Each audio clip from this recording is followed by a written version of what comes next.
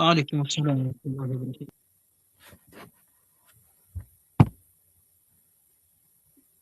السلام عليكم.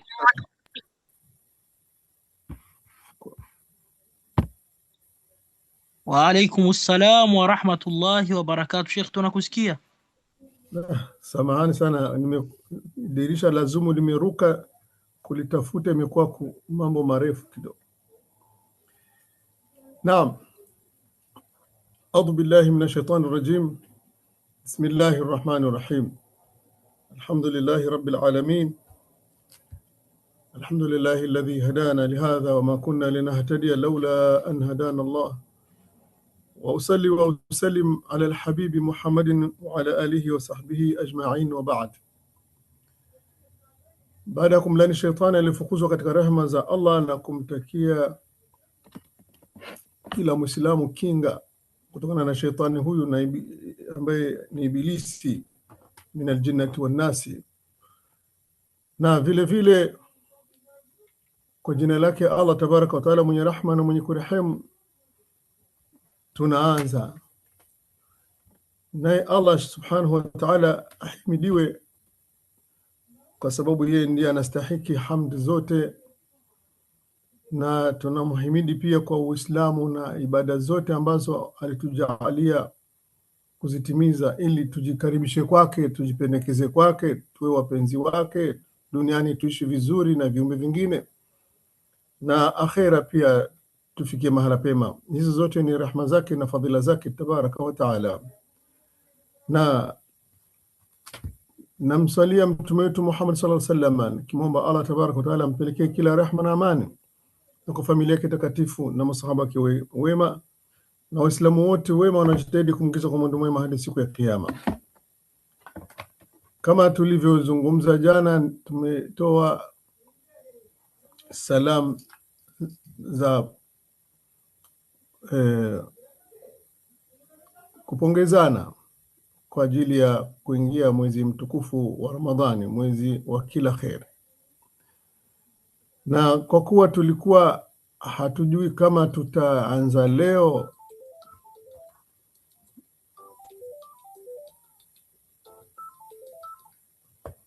basi imekuwa ni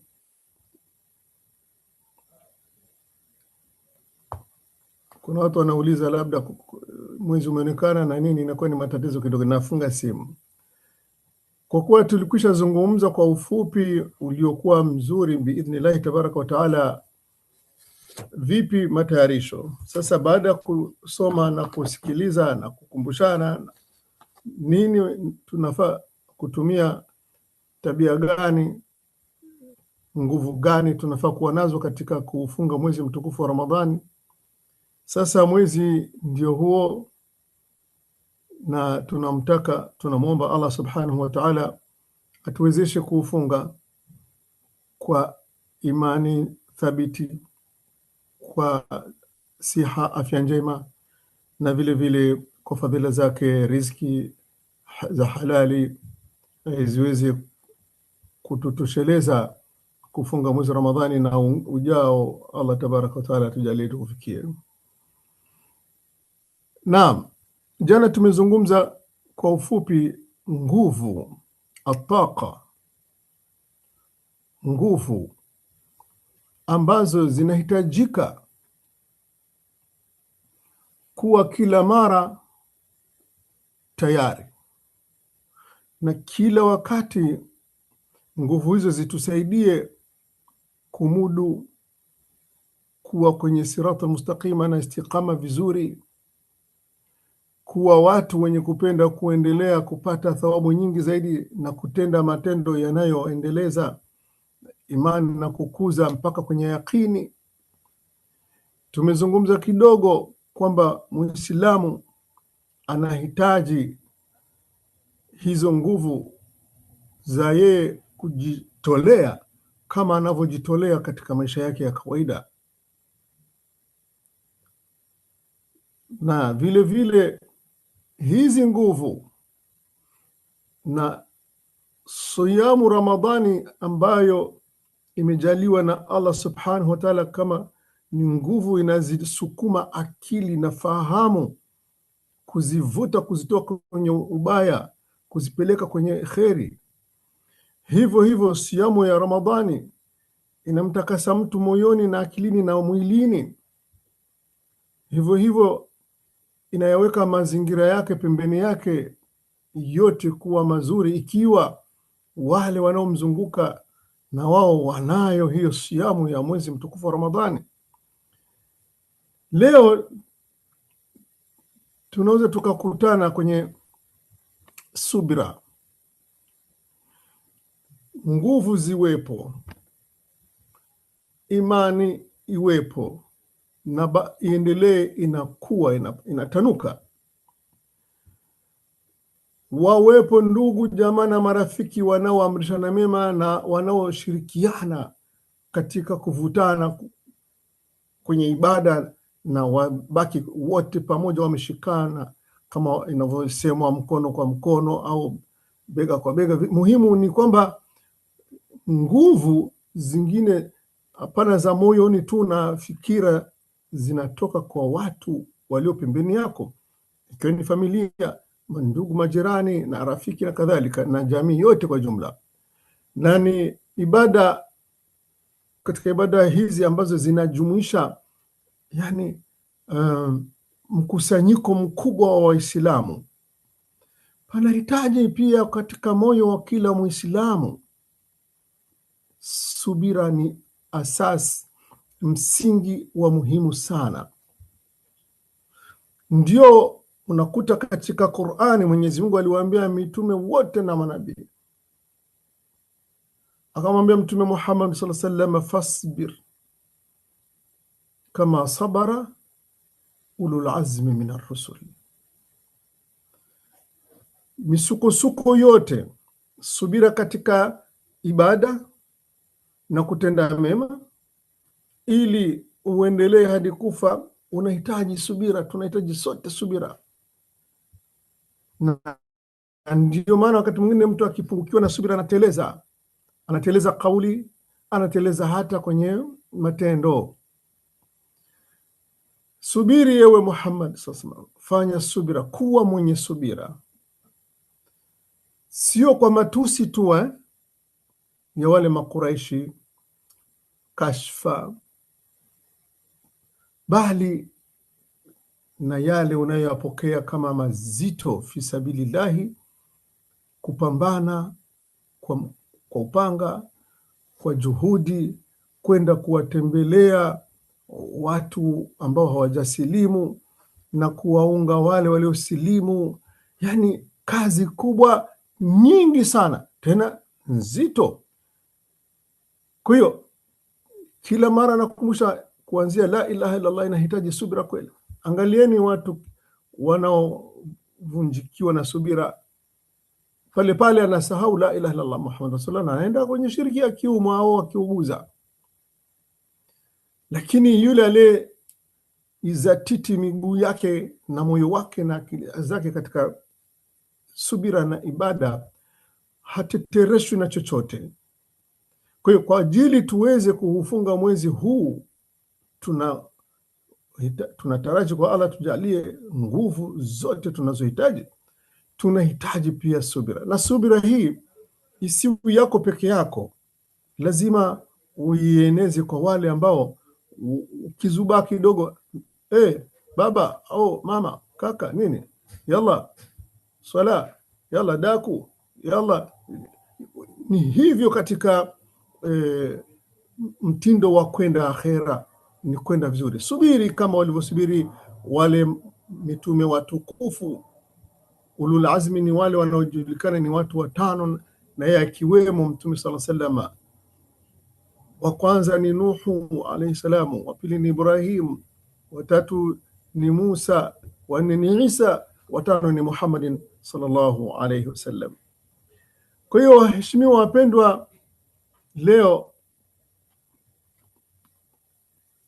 tunataka tuingie katika uwanja wa mapambano, na mapambano yote yale dhidi ya nafsi, ikiwa kama Mtume sallallahu alaihi wasallam alishatupatia garantia kwamba mashaitani wale marada. Wale marada maana yake nini? Ni wale mashaitani wakali, kaidi. Kazi yao maanake hawapumziki kuwapoteza waja wa Allah subhanahu wa ta'ala, na hasa Waislamu. Hivyo upande huu milango ya pepo imefunguka, ya jahannam inafungwa, na watusafadu maradatu shayatin. Hapa sasa pambabaki nini? Pambabaki dunia mbele yetu, haijafungwa. Dunia haifungiki. Pia kumebaki nafsul ammaratun bisui. Ile nafsi kazi yake ni kuchochea tu, kutia hamu za haramu, hamu tu nyingi.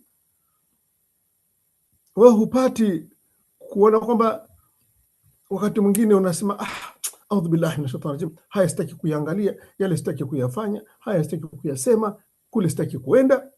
Mara unahisi wasiwasi, wacha nende kidogo nikiangalia, lakini sitokawia. Hapa ndipo palipokuwa na matatizo. Lakini sasa minal jinnati, huyu minal jinnati kafungwa, hawa wale wamefungwa, hatuna wasiwasi. Lakini minan nasi, sasa kila mtu pale alipo anawajua watu wanaofaa kuzichunga imani za wenzao, imani zao na za wengine, na kila mmoja anajua kwamba yule ni mtu mwema na au ni mtu mbaya. Akikusudia kheri, yule mtu mzuri; akikusudia ubaya, yule, kila mtu anamjua. Kwa minal jinnati wannasi, ndio hapo tunafaa kuwa makini kuwasikiliza watu. Wakileta kheri tunakubali, wakileta shari tunawakatalia.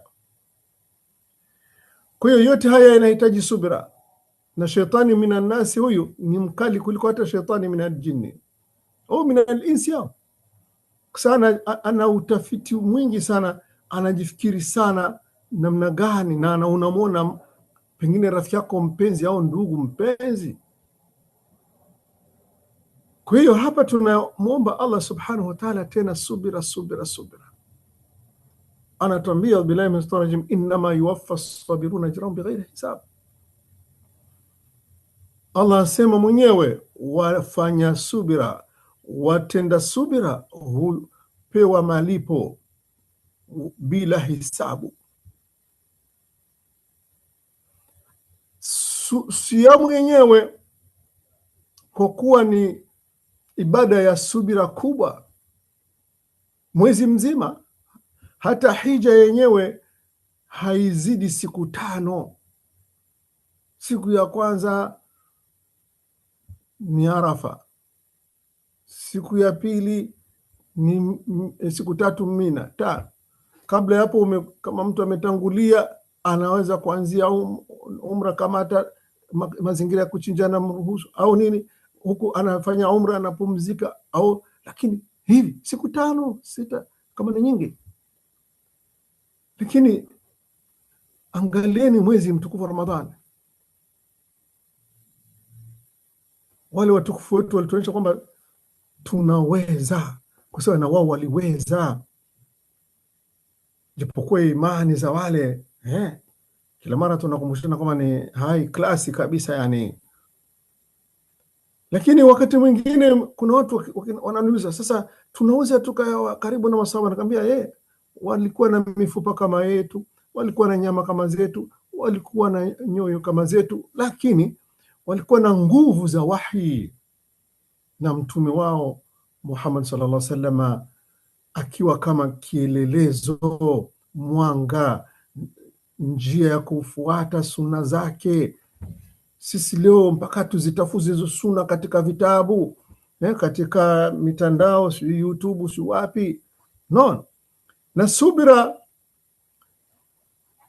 hapa kuna maneno mazuri mawili matatu hivi katika faida za subira. As-sabru, wanasema hapa wa ulama wetu, yuaddi ila wad'i al-ashyai fi mawadhi'iha. watasarufi biaqlin watizan. Yeyote mwenye kuwa na jitihada ya subira katika maisha yake, subira ile inamjalia kuweka kila jambo mahala pake, kila kitu mahala pake, kila neno wakati wake na mahala pake. Halafu tasarruf ni matendo yanatokana na nini mtu anataka katika yale matendo. Hata kutafuta maisha licha ya imani, maisha hakuna anayefaulu bila subra, hakuna. Hivyo hivyo na din, hakuna anayefaulu katika din bila subra. Halafu subira katika ibada inatuwekea mizani. Tunapopata dalili sahihi kabisa isiyokuwa na juhudi za kutafuta ile wanasema kujadiliana na akili na busara, kuna zile dalili ziko wazi tu, mtu hasumbuki, na zile dalili nzito nzito zinawahusu wale rasikhuna na fil ilmi, wale waliozamilia huko. Hapa unapata na wewe kujua hii ibada inahitajika. Ndio yale tulisema siku za nyuma kwamba ilmu nzuri kutoka kwa alim mzuri, chukua kusa ni nuru. Bila ilmu hakuna ibada, wala haziwezi kutimia. Kila siku itakuwa shaka au makosa au dhana, hii inakuwa si ibada nzuri. Itizani manake ni mawazin, ni level nzuri ya mtu kutulia. Mtu akiwa na subira hapa pariki, akiulizwa swali au akitaka kusema neno hujifikiri, hutulia. Asabru diya, subira ni mwanga, na hakuna aliyekuwa na subira katika maisha yake yote eti atajuta. Alajalatu min nafsi al-amara bisui wa min ash-shaytani, haraka haraka haina baraka. Ndio maana katika kufunga somo tusitamani tuanze kesho kisha kesho kutwa imalizike. Hiyo sasa itakuwa sio siamu ya Ramadhani. Kwa sababu wengine wavivu wanakuambia siamu mwaka huu bwana imekawia bwana. Itakawia vipi? Taimu ni zile zile, dakika na saa ni zile zile, siku na wiki ni zile zile, ni 4 wiki 4, hakuna zaidi. Lakini kwa kuwa hakujitayarishia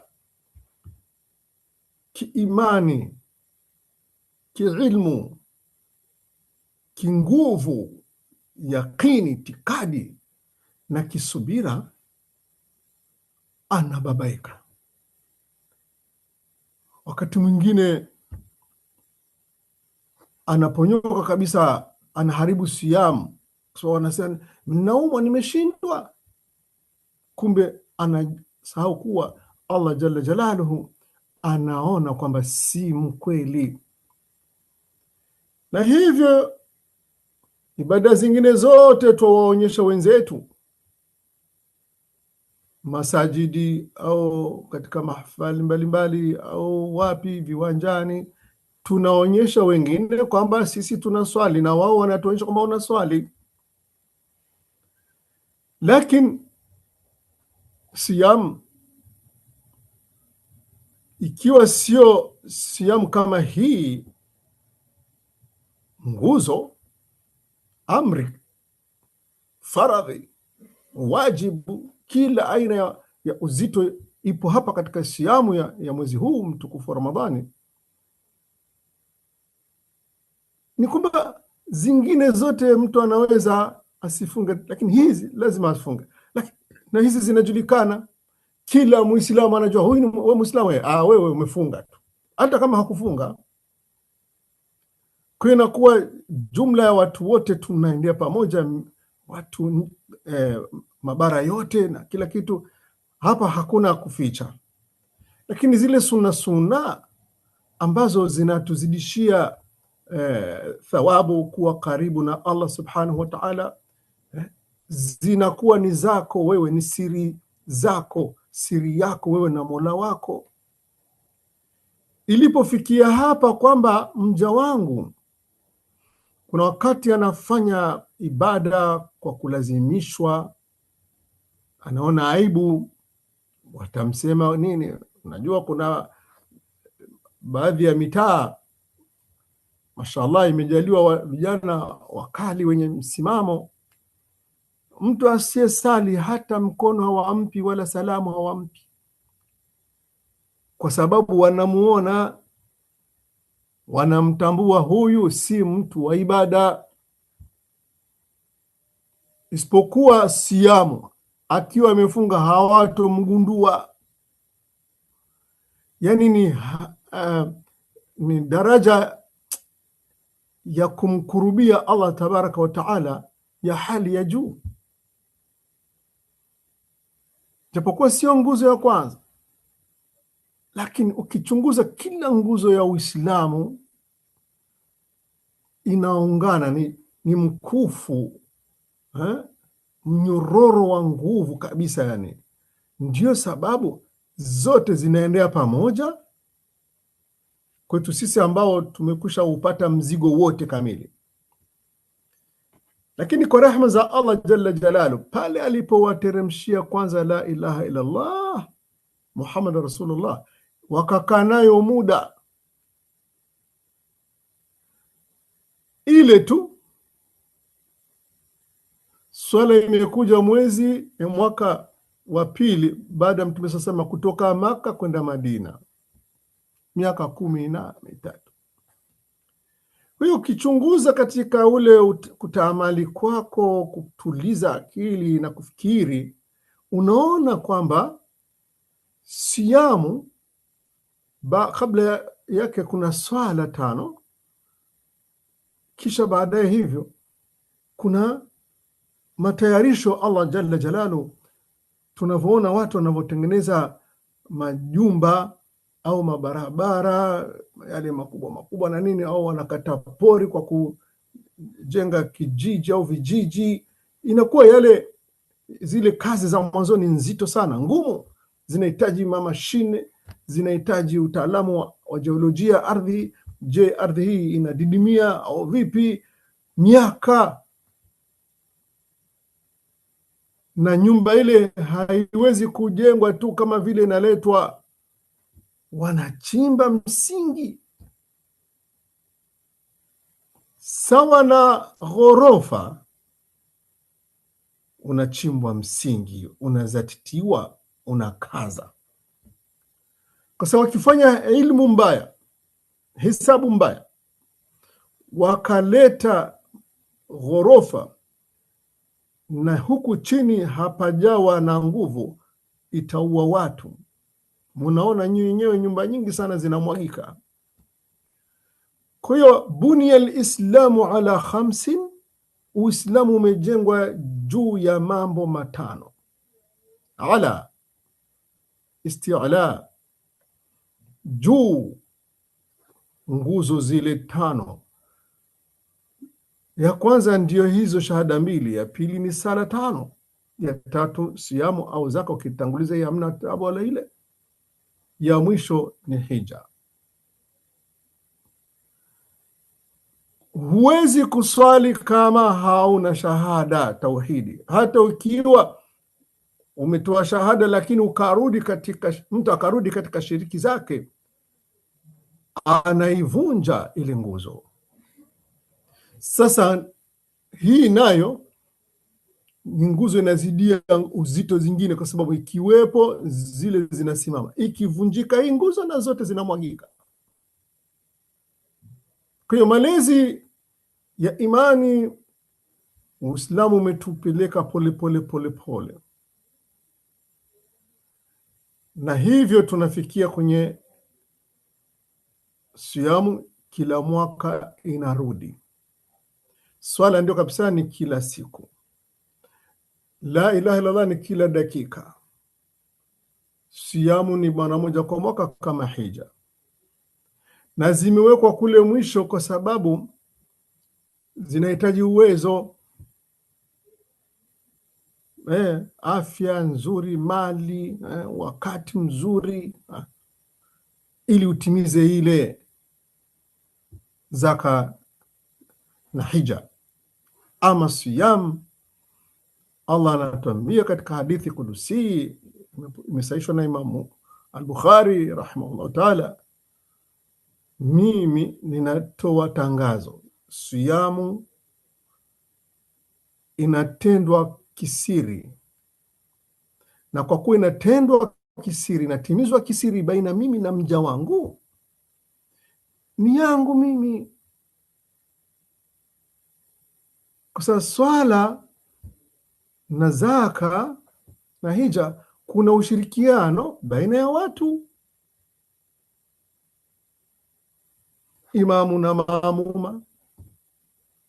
Masahaba radhiallahu anhum walikuwa wakiona jamaa yetu hajaswali alfajiri na sisi adhuhuri hatumoni, alasiri wanamfuata nyumbani, huenda mgonjwa au kafariki au nini, hatujui. Wanaona kwamba hayupo, wanajua hata kiswali akiwa mzima basi atakuwa ameswali peke yake, amepungukiwa. Wanajua kuswali pamoja nao ni 27 daraja na kuswali peke yake daraja moja. Wanamtakia kheri, wanakwenda mpaka masahaba wanasema tulikuwa tukiuma mmoja wetu yatahada baina rajulaini, mmoja anashika kwapa la kulia, mwingine kwapa la kushoto, wananyanyua pole pole hadi wanamuikaza katika safa. Saumu hutomnyanyua mtu, hakuna anaweza kujua, je utamnyanyuaje na wewe hujui kwamba ana saumu au hana.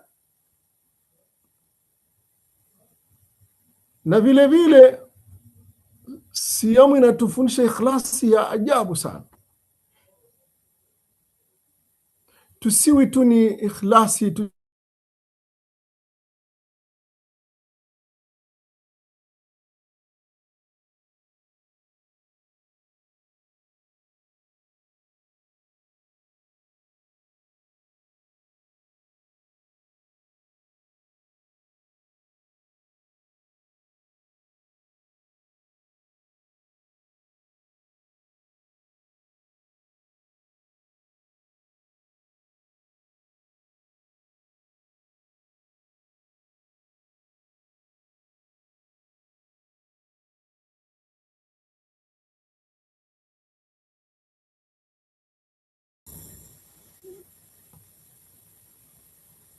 na mnanisikia vizuri huko?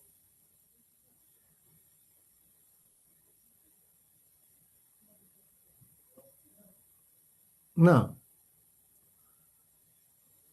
jamani, mnanisikia?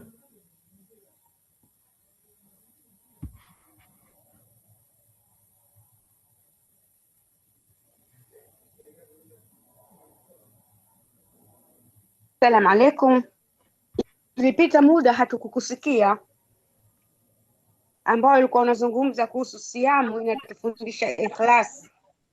Kwa hivyo haya ulikuja hapa baada ya maelezo haya hatukusikia, au sikusikia mimi? Nafikiri hatukusikia. Nimeona skrini inaondoka narudi. Sasa sijui kuna tatizo upande wenu huko. Sasa leo naona ni tunaanza Ramadhani na mtihani wa Zoom. Ala kweli, tunamwomba Allah atatengenezea yote inshallah tabaraka taala. Kwa hiyo wewe binafsi yako basi na Mola wako. Sikusikia inatufundisha. Unasema sasa hivi sisikiki?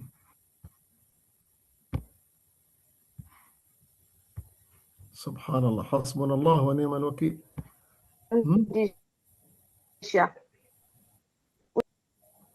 La hawla wala quwwata illa billah.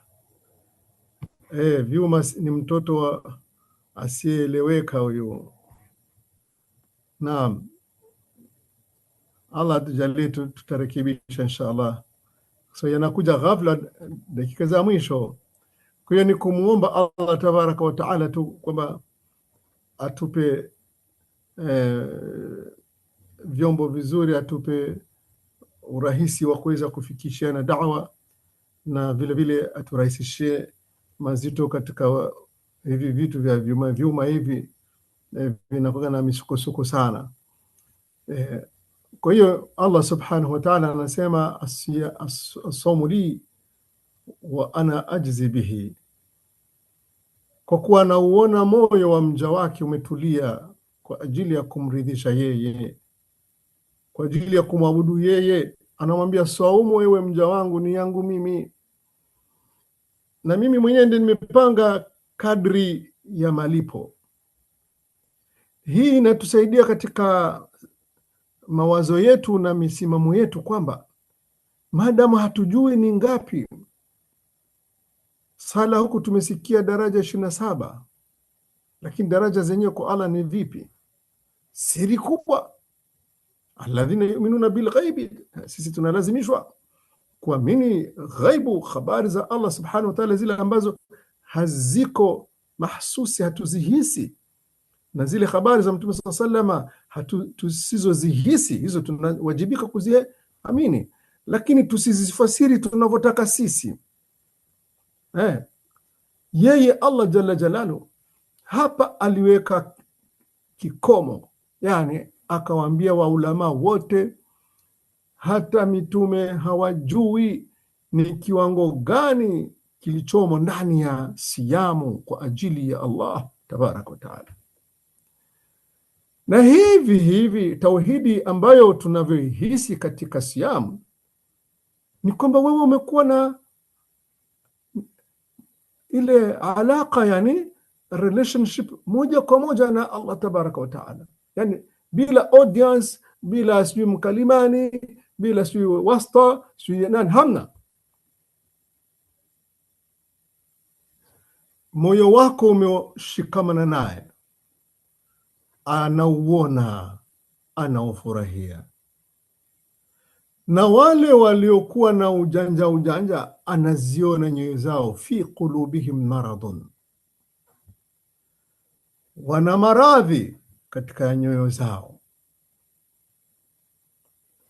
maradhi ya kuipenda dunia tu, kwa sababu hakuna sababu yoyote ile inaweza kumkataza mtu ibada ila dunia. Utakuta ni biashara, ana biashara nyingi mpaka hana muda wewe mwenyewe kula na kulala. Mwambia akhi ibada, bana hebu kwanza nimalize. Michezo, angalia football vile imekuwa ni sheitani mkubwa katika mashaitani. Siwezi football za mtu anacheza tu kutafuta kiu au apunguze mafuta na nini. Hii mipangilio ya kiulimwengu. Hebu niambieni namna gani mnavyowajua Waislamu panapokuwa mashindano ya mipira kwa level zote, ikiwa ni za nchi au za kanda au za mataifa ile inaitwa World Cup.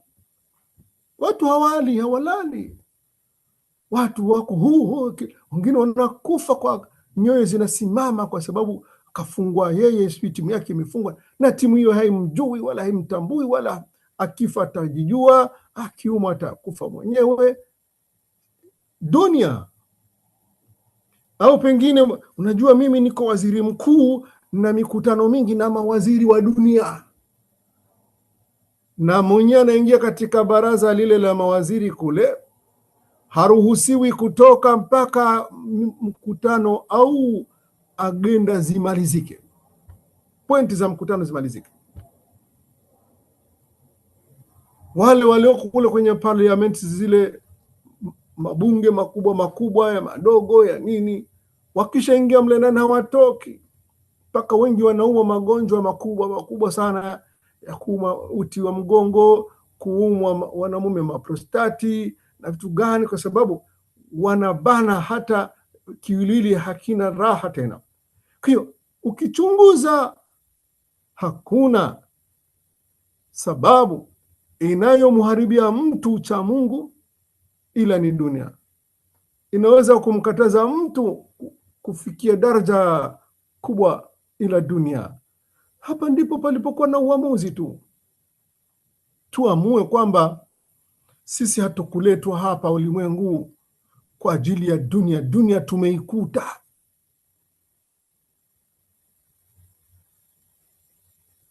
Dunia tumeikuta. Wama alhayatu dunia illa mata'ul ghurur. Na haya tuyasikie sisi na tuwaambie wengine, kwa sababu sisi kama tumekubaliana kukaa hapa kwenye kikao hiki kidogo, ni kwamba tumeacha habari zote za kidunia. Mtu anakwenda masjidi kusoma, kufanya ibada zingine, ameacha habari zote za dunia. Huu ni ushujaa, ndio ile subira bitaati wa fi taati. Katika ibada lazima subira iwepo, na vile vile subira katika kuikataza nafsi, kukataza moyo kupenda kila kitu kiholela, ani almaasi. Tumswalie Mtume Muhammadin sallallahu alaihi wasallam.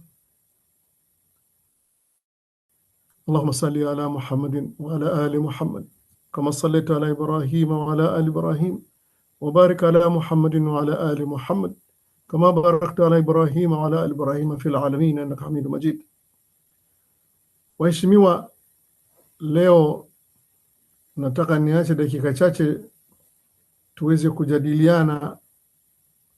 Mwaka jana, na kama nitakuwa nimekumbushwa vizuri, nimefahamu, ni kwamba tulikuwa katika Ramadhani tunafanyaje. Mimi nimesahau. Sheikh Qudra kaniambia ilikuwa dakika 30 baina ya sala gani na sala gani, si tarawih au baina tarawih na laisha, wallahu a'lam. Hebu tujadiliane ili tuone kwamba inawezekana kuendelea na mtindo mwaka jana, si ukumbuki, au tufute mtindo mpya, mjadala mfupi, ili tukaswali la ishai na tarawih kwa wale ambao tuko hapa Europe. Kwa wale walioko mbali, huenda wameshamaliza magharibi, au la ishai huenda wamemaliza pia. Wao wengine wanakuwa kwa time hizi kule ni saa 10 na saa 2 za usiku. Kwa hiyo tujitahidi tupange haya ili tuweze kujua tunakwenda vipi. Kwa hiyo kwa kumalizia tu ni kuwa subira inashirikiana na istiqama. Istiqama ni nguvu, msimamo, ndio ile powerful. Unakuwa na nguvu, toka kila mara. Unaona ulimwengu mzima unaendeshwa na taqati, nguvu nyingi.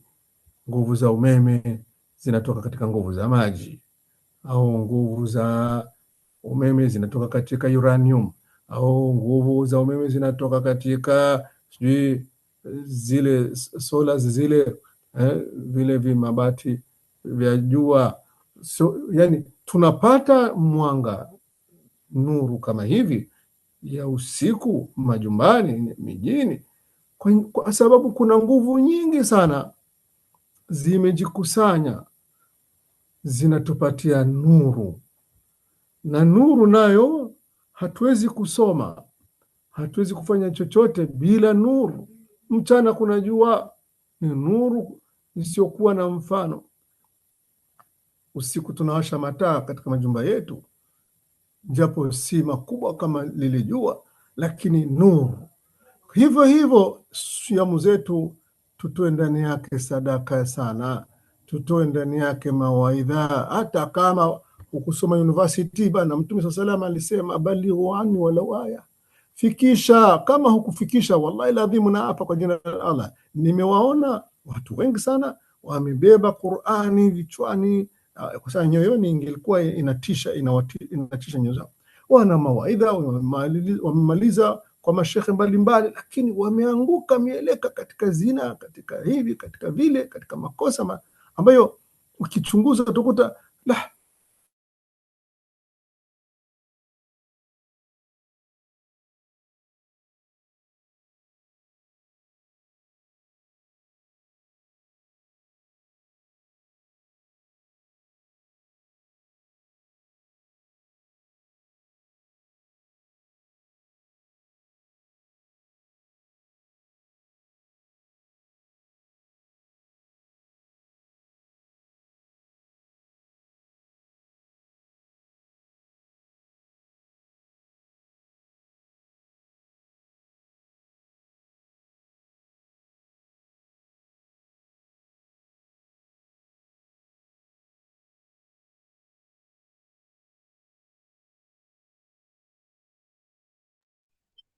Naam, salamu alaikum warahmatullahi wabarakatuh. Naona network ya Sheikh kidogo leo haiko sawa. Tusubiri mnamo dakika 2 kama itakuwa haijarudi.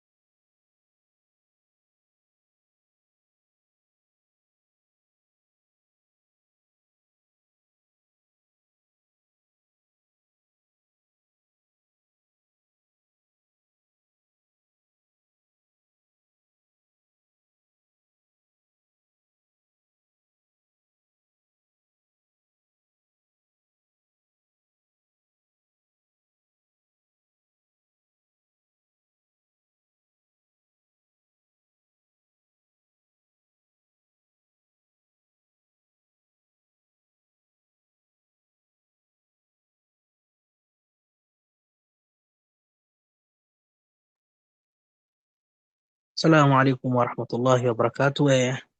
Naona kidogo mitambo haiko sawa kwa upande wa shekhe, sawa na network yake.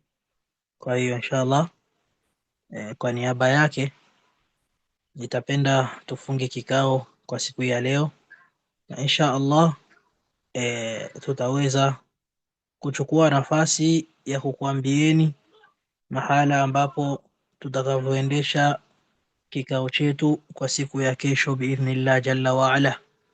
Insha Allah, namwomba Allah subhanahu wa ta'ala atusamehe na tutakabalie saumu zetu na tujalie kufika mwisho wa Ramadhani na kupokelewa saumu zetu kwa uwezo wake Allah subhanahu wa ta'ala. Subhanaka Allahumma wa bihamdika nashhadu an la ilaha illa anta wa nastaghfiruka wa natubu ilayk. Wassalamu alaikum wa rahmatullahi wa barakatuhu.